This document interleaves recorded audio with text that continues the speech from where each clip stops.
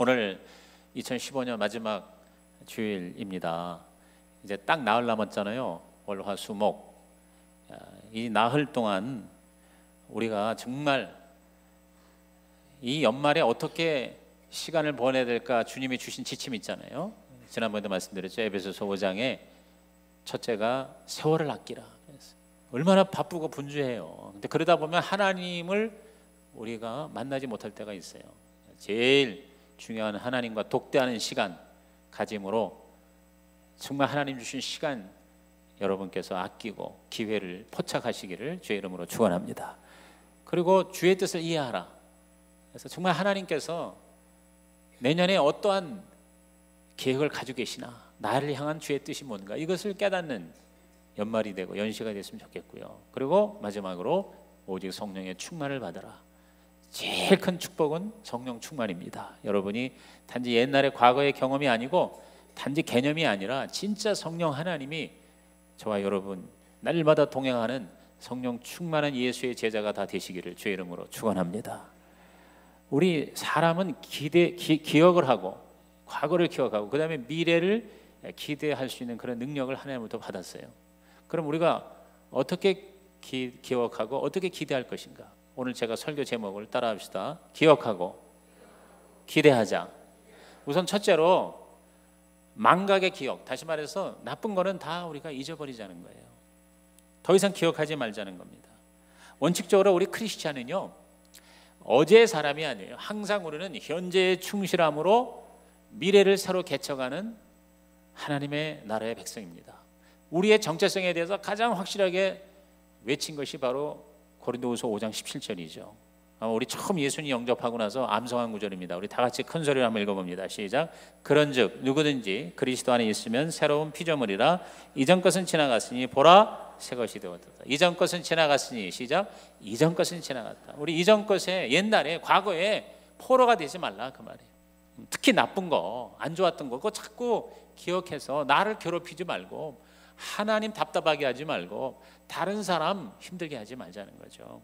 시편 42편 11절에 다윗은 막 자기의 삶에 대해서 낙심하고, 우리가 그렇잖아요. 한 해를 돌아보니까 뭐 해놓은 게 별로 없고 여러 가지 시달리고 사람과의 관계도 틀어지고 내가 나를 봐도 한심해. 그래서 낙심하는 거예요. 낙심하고 그 다음에 또 어떻게 앞으로 될까 불안해. 과거 때문에 낙심하고 미래에 불안해하는 게 이 인간의 연약한 모습이에요. 그거를 다윗이 스스로 격려를 하는 거예요. 그러면서 뭐라고 얘기합니까? 자, 시편 42편 11절 큰 소리로 시작. 내 영혼아, 내가 어찌하여 낙심하며 어찌하여 내 속에서 불안해하는가? 너는 하나님께 소망을 두라. 나는 그가 나타나 도우심으로 말미암아 내 하나님을 여전히 찬송하리로다. 할렐루야. 낙심과 불안은 우리를 파괴하는 사단의 가장 강력한 무기예요. 그러니까 내가 나보고 낙심하지 말아라. 그리고 불안해하지 말아라. 하나님께 소망을 두라. 오늘 여러분, 우리가 하나님이 계시다는 게 얼마나 희망입니까? 저와 여러분이 어떠한 절망적 상황에서도 하나님을 여러분이 인식을 한다는 것은 엄청난 희망이에요. 그 하나님이 반드시 저와 여러분 도와주실 줄로 믿으시면 아멘 하시기 바랍니다. 우리는 어제의 사람이 아니라 현재에 충실하고 내일을 창조하는 사람입니다.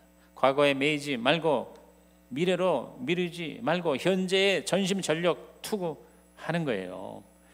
특히 나빴던 일 더 이상 기억하지 말라는 겁니다. 이사야 선지자도 이사야 43장 18절 19절에 너희는 이전 일을 기억하지 말며 옛날 일을 생각하지 말라. 보라 내가 새 일을 행하리니 이제 나타낼 것이라. 너희가 그것을 알지 못하겠느냐. 반드시 내가 광야의 길을 사막의 강을 내리라 그랬어요. 누구나 다 광야가 있고 누구나 다 인생에 사막이 있어요. 그런데 그 광야, 그 사막에 집착하지 말아라. 내가 광야의 길을 내고 내가 사막에 강물이 넘치게 하리라. 할렐루야. 우리의 광야 같은 인생, 우리의 사막 같은 삶이 하나님의 놀라운 은총으로 말미암아 길이 열리고 강물이 넘치는 그러한 미래를 향하여, 새해를 향하여 달려나가는 저와 여러분 되기를 주의 이름으로 축원합니다. 오늘 본문의 말씀 다시 한번 우리들이 깊이 묵상합시다. 바울처럼 형제들아 나는 아직 내가 잡은 줄을 여기지 아니하고 오직 한 열쭉 뒤에 있는 것을 잊어버리고 앞에 있는 것을 잡으려고 달려갑시다. 따라합시다. 뒤에 있는 것은 잊어버리고. 여러분, 잊어버린다는 것도 하나님의 은혜예요. 너무 생각을 많이 하면요 머리가 터져요. 저 실제로 캘리포니아에 우리 제임스 맥커프 박사라는 팀이 그 논문집에 이 뇌신경 전문 잡지에 올린 기사가 있는데 AJ라고 하는 어떤 그 여성에 대한 이야기예요. 근데 이 여성이 너무너무 이 뇌가, 이 기억하는 뇌가 지나치게 발달했어요. 그래서 얼마나 기억을 잘하는지 자기가 과거에 살았던 날 몇 년, 몇 월, 며칠 딱 이렇게 얘기하면 그날에 자기가 무슨 일을 했는지를 쫙 기억하는 거예요. 컴퓨터 모양으로. 누구를 만나고 음식은 뭐 먹었는 것까지도, 옷은 무슨 옷을 입었는 것까지도 기억을 하는 그런 희한한 뇌를 가졌대요. 그런데 그 기억력 때문에 이 여자가 병이 된 거예요, 병이. 그래서 그 병의 이름이 과잉기억 증후군이래요. 과잉기억 증후군이다. 그래서 너무 지나치게 기억해도 그게 사실은 축복이 아니라 고통이 된다는 거예요. 그러니까 우리가 잊어먹는 것도 은혜예요. 그런데 여러분, 나쁜 건 다 잊어먹으시길 바랍니다. 왜? 나쁜 거 기억해봐야 나한테 좋은 영향이 안 되잖아요.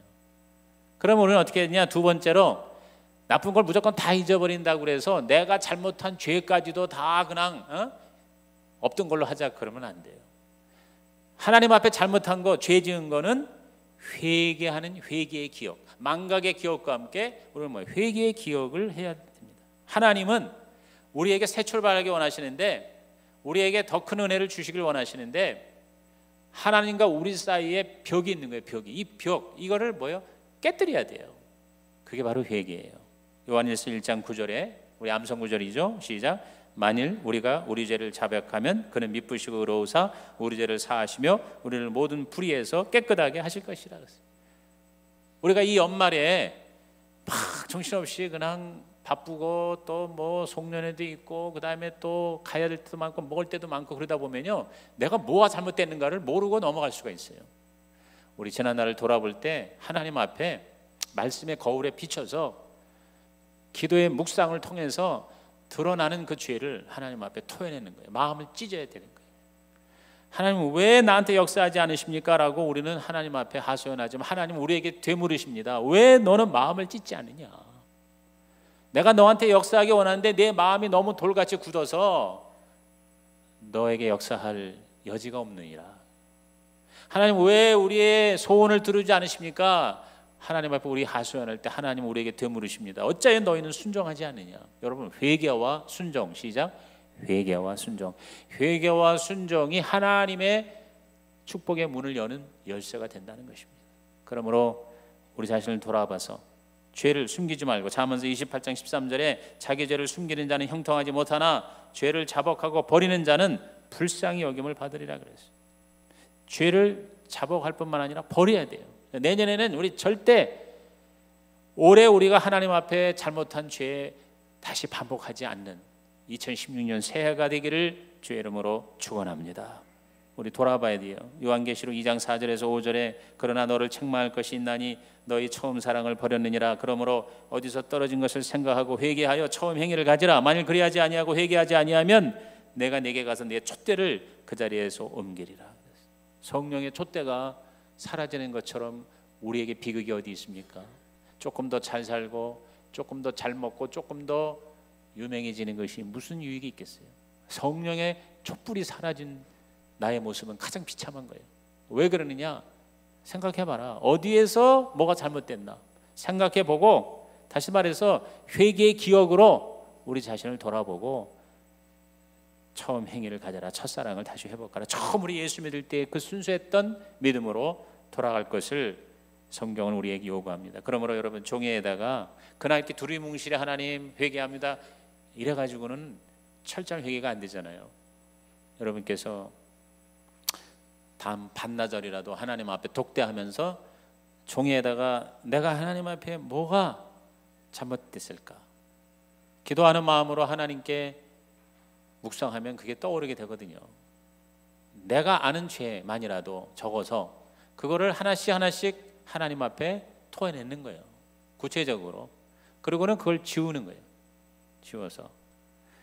그래서 어떤 상징적 영적 그런 어떤 행위도 좋겠죠. 그거를 불에다가 태운다든가 땅에 묻는다든가. 그래서 하나님 앞에 완전히 새로워진 상태에서 새해를 맞이할 때 아마 내년 2016년은 저와 여러분의 삶의 최고의 해가 될 줄로 믿는 것입니다.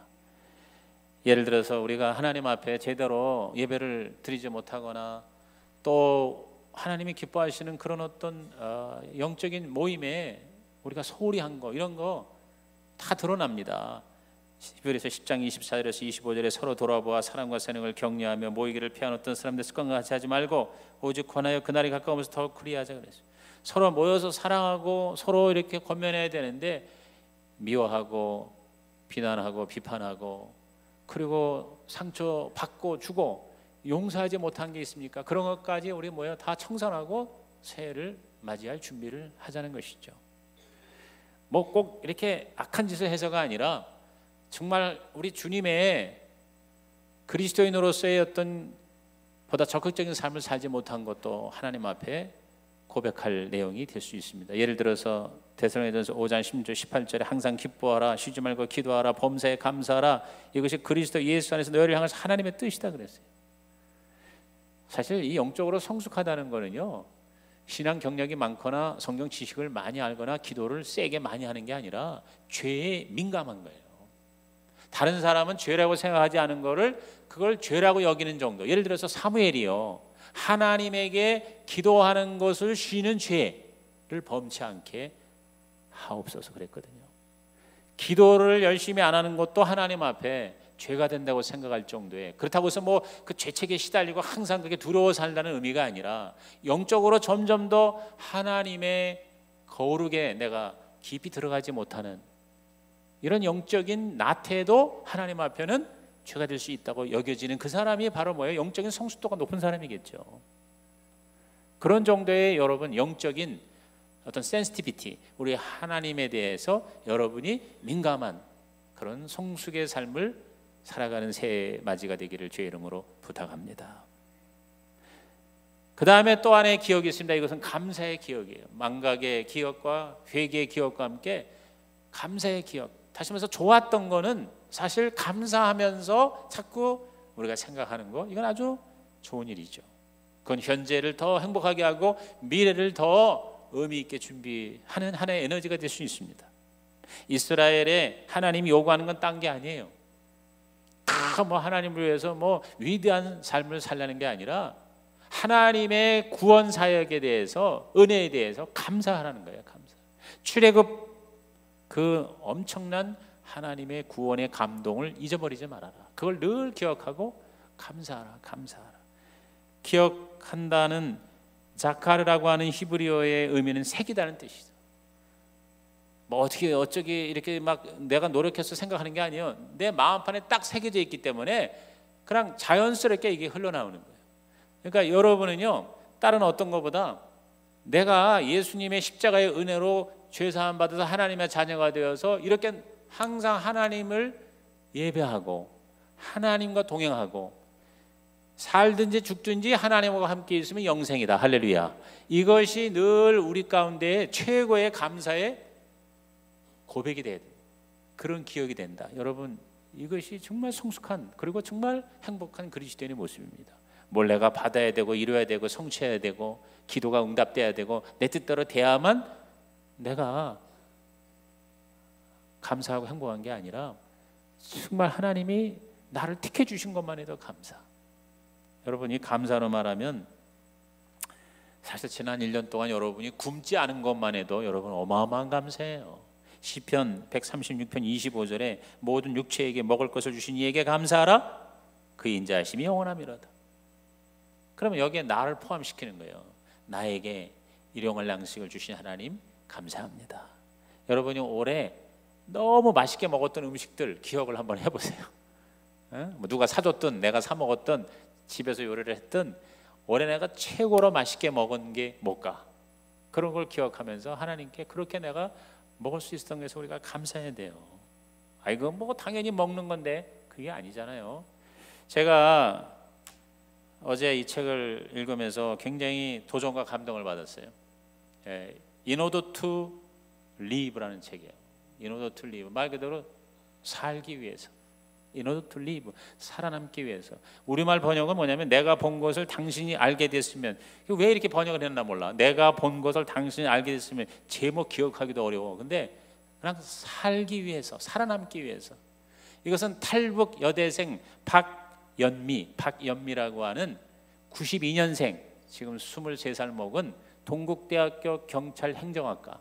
지금 보니까 한 4학년쯤 된 것 같아요. 이제 휴학 안 했으면. 근데 뭐 2학년, 3학년이라고 그러는데 이 여대생의 하나의 간증이에요. 생생한 스토리예요. 크게 세 파트로 나눠져 있는데 첫째는 비참한 북한에서의 삶. 13살에 목숨을 걸고 중국으로 탈출했어요. 두 번째 파트는 중국에서의 더 비참한 그러한 기가 막힌 삶. 그리고 마지막 3부는 자유 대한민국으로 완전히 탈북 성공해서 이곳에서 정착하는 스토리예요. 이 박연미라고 하는 이 가느다라는 이 소녀, 작년 2월 달에 아일랜드의 세계 젊은이 서미트 컨퍼런스에서 한복을 입고 나가서 영어로 자기의 그 생생한 역전의 라이프 스토리를 스피치한 거예요. 그게 엄청난 영향력, 반향을 일으켜서 한국, 미국, 영국, 독일, 프랑스, 이태리 6나라가 동시에 지난달에 출판을 했어요. In order to live. 펭귄사. 여러분 펭귄사 하면 세계적인 출판사죠. 거기서 이 책을 출판을 해주고 그리고 수많은 곳에서 이제 강연을. 여러분 유튜브 딱 치고 박연미 치면은요, 이 사람의 그 아일랜드에서 영어로 연설한 내용들이 다 떠요. 그리고 여러 가지 이 사람에 대한 정보가 나옵니다. 얼마나 우리가 그냥 개념적으로만 알고 있잖아요. 여러분 이 책을 여러분 다 사서 읽었으면 좋겠어요. 이 딸이 이 서문에서 뭐라고 얘기하는 거 아니? 세 가지를 요구해요. 첫째가 북한에 대해서 관심을 가졌으면 좋겠습니다. 탈북자에 대한 관심. 두 번째는 실질적으로 도움을 주셨으면 좋겠습니다. 그리고 세 번째는 중국 정부에다 청원을 해서 그 탈북자들 도로 북한으로 보내지 말고 자유대한 남한으로 올 수 있게 해주십시오. 지금 30만 명이 지금 중국을 떠돌면서 몸부림을 치고 있어요. 여기 73페이지를 제가 읽어봅니다. 북한에서 굶어 죽었다는 얘기는 이미 상식이 되고 있어요. 자기가 경험한 겁니다. 거리에는 도움을 청하는 절박한 사람이 너무 많아서 마음을 아예 닫아버리지 않으면 무척 고통스러웠다. 하지만 어느 정도 시간이 지나면 더 이상 신경 쓰이지 않았다. 아마 지옥의 풍경이 그러하리라. 내가 아는 거의 모두가 기근으로 가족을 잃었다. 가족 중 가장 어린 사람과 가장 나이 많은 사람이 가장 먼저 죽었다. 그 다음에는 여자보다 남자가 먼저 죽었다. 굶주리는 사람들은 점점 쇠약해지다가 더 이상 병마와 싸울 힘이 없어지거나 몸이 균형을 잃어 심장 뛰는 법을 잊어버린다. 그래서 여기 맨 앞에 이 딸이 뭐라 했냐면 쌀밥 한 그릇을 먹을 수만 있다면 기꺼이 목숨을 걸 수도 있었다 그랬어요. 쌀밥 한 그릇만 내가 먹어도 내가 여한이 없다. 내가 죽음과 바꾸겠다. 그 정도로 굶주림에 시달린 사람의 스토리입니다. 그러한 굶주림보다 더 힘든 게 뭐냐면 자유가 없다는 거죠. 우리가 잘 아는 대로 북한에서는요, 우리 구역 예배 드리듯이 우리는 뭐 대부분 안 드리잖아요. 반드시 북한에는 일주일에 한 번씩 그 인민반이라고 해서 모여야 돼요. 소그룹으로 모여서 거기서 이른바 생활총화라고 그래가지고 자아 비판 3시간 4시간씩 해야 됩니다. 그 피곤하고 굶주리고 고통스러운데, 그래서 우리의 10계명과 같은 10가지 그 김일성 그 왕족에 대한 충성의 10개가 있어요. 생활총화는 우선 김일성과 김정일의 어록을 적는 것부터 시작한다. 마치 성경이나 코란의 구절을 적듯이. 그리고 한 주 동안 한 일을 빠짐없이 적어야 했다. 그 다음에는 한 명씩 일어나 사람들 앞에서 자신을 돌아보고 비판했다. 자기 비판은 보통 이렇게 시작했다. 이번 주에 저는 경애하는 지도자의 영원하고 무조건적인 사랑에 충분히 감사하지 않고 나쁘게 행동했습니다. 마치 우리가 하나님에 대해서 감사하지 않은 것을 회개하듯이 친애하는 지도자 동지에게 감사하지 않은 것을 비판합니다. 자아 비판하고 남을 비판하고, 그리고 자기 엄마하고 탈출했을 때 아버지도 나중에 어떻게 해서 데리고 가는데 아버지는 대장암으로 죽고, 결국은 탈출하는 방법이 알고 보니까 인신매매다. 여러분, 이 중국에 아시다시피 1인 한 가정에 하나만 낳기로 하는 게 지난 한 세대잖아요. 그러니까 중국에 이 남아 선호 사상이 있어가지고 아이를 하나만 낳으니까 아들을 많이 낳는 거예요. 그러니까 딸이 없는 거예요. 그래서 지금 시대쯤에 대해서 쉽게 말하면 여자가 없으니까 남자들이 장가를 못 가는 거예요. 그러니까 가난하거나 농촌에 있거나 장애인은 아예 여자를 접할 수가 없으니까 북한의 인신매매단이 극성을 부리는 거예요. 그래가지고 데리고 와서 성폭행하고 성노예로 삼고, 그리고 아주 비참한 곳에서 평생 중국 사람하고 살아야 하는 것이 얼마나 비일비재한지. 이 연미도 13살에 중국으로 탈출을 했는데 자기 엄마하고 같이 가는데 도착하자마자 성폭행을 당하는 거예요. 그러니까 엄마가 자기 딸을 살리기 위해서 내 딸은 나이를 속였는데 사실은 13살이다. 내 딸 건드리지 말고 나를 탐하세요. 딸 보는 앞에서 엄마가 성폭행 당합니다. 계속해서 이제 남자들 돌아가면서 폭행을 당하고, 그리고 한 200불에 팔리면 2000불에 다시 또 거기 와서 팔리는 거예요. 이러면서 이 어린 소녀도 13살 때부터 여러분 2년 동안 중국에서 15살 될 때까지 수없이 성폭행을 당하는 거예요. 그래서 다른 사람이 빌어먹고 살기 위해서 할 수 없이 그렇게 그 모든 수치와 부끄러움을 여기 생생하게, 그 이야기의 힘이 얼마나 엄청나다는 것을 이 딸이 나중에 아는 거예요. 그러다가 기독교 선교단에 연결이 돼서 목숨을 걸고 몽고 사막을 거쳐서 몽고에서는 잡혀도 북한에다가 송환시키지 않고 이 남한 정부에다 넘겨주는 그런 배려가 있어요. 그래서 몽고를 통해서 한국으로 돌아온 때가 15살이에요. 무섭도록 공부를 해서 12년 우리 초중고 과정을 18개월 만에 마칩니다. 검정고시 치고 혼자 독학하고, 그리고 영어로 공부하고 이래가지고 영어를 유창하게 합니다 지금. 그리고 여기 와서도 엄마가 아주 폭력배에 만나가지고 그냥 죽을 정도로 얻어맞고, 그런데 엄마가 그 남자를 고소하지 않은 것을 보고 이 딸이 결심해요. 내가 경찰이 돼야 되겠다. 그래서 경찰학교에 들어와서 지금 공부하고 있으면서 이야기의 힘을 가지고 수많은 사람에게 북한의 인권을 고발하는 그런 나름대로의 사명감을 가지고 사는데요. 너무 도전적이고 너무 감동적이에요. 그래서 나는 이 책을 여러분이 그냥 한 권씩 사서 읽는 것만으로도 우리가 북한 선교에 도움이 될 것 같아요. 그리고 다른 사람에게 알려주거나 선물해, 특히 우리 자녀들에게. 저도 그래서 어제 이 책하고 영어책을 같이 샀어요. 그래가지고 영어책을 우리 지민이한테 주면서 야 좀 읽어봐라. 너무 우리는 편하고 풍요롭고 너무너무 우리는 잊어먹고 사는 거예요. 저는 3가지 여기서, 첫째가 양식, 둘째가 자유, 셋째가 신앙이에요. 이 3가지를 우리는 너무나도 지금 사실 당연하듯이 우리는 누리고 있지 않습니까? 근데 그것이 너무나도 절실한, 그것이 없는, 그것이 바로 우리 같은 땅의 저 북한이에요. 그리고 지금 내몰리는 수많은 탈북자들, 그들을 위해서 우리가 관심을 갖고 기도를 하고 또 좀 선교를 하고, 그리고 뭔가 우리가 우리의 삶에 다른 사람에게 가치 있는 삶을 사는 결정적인 그런 감동의 계기가 되기를 주의 이름으로 부탁을 드립니다. 마지막 4번째로, 그럼 앞으로 우리는 어떻게 하냐? 다가오는 새해를 우리는 더 좋은 것으로 기대하자는 거예요. 히브리서 11장 40절 말씀 우리 큰 소리로 한번 읽어봅니다. 시작. 이는 하나님이 우리를 위하여 더 좋은 것을 예비하셨은즉 우리가 아니면 그들로 온전함을 이루지 못하게 하려심이라. 따라합시다. 우리를 위하여, 나를 위하여 더 좋은 것을 예비하신 하나님. 아멘.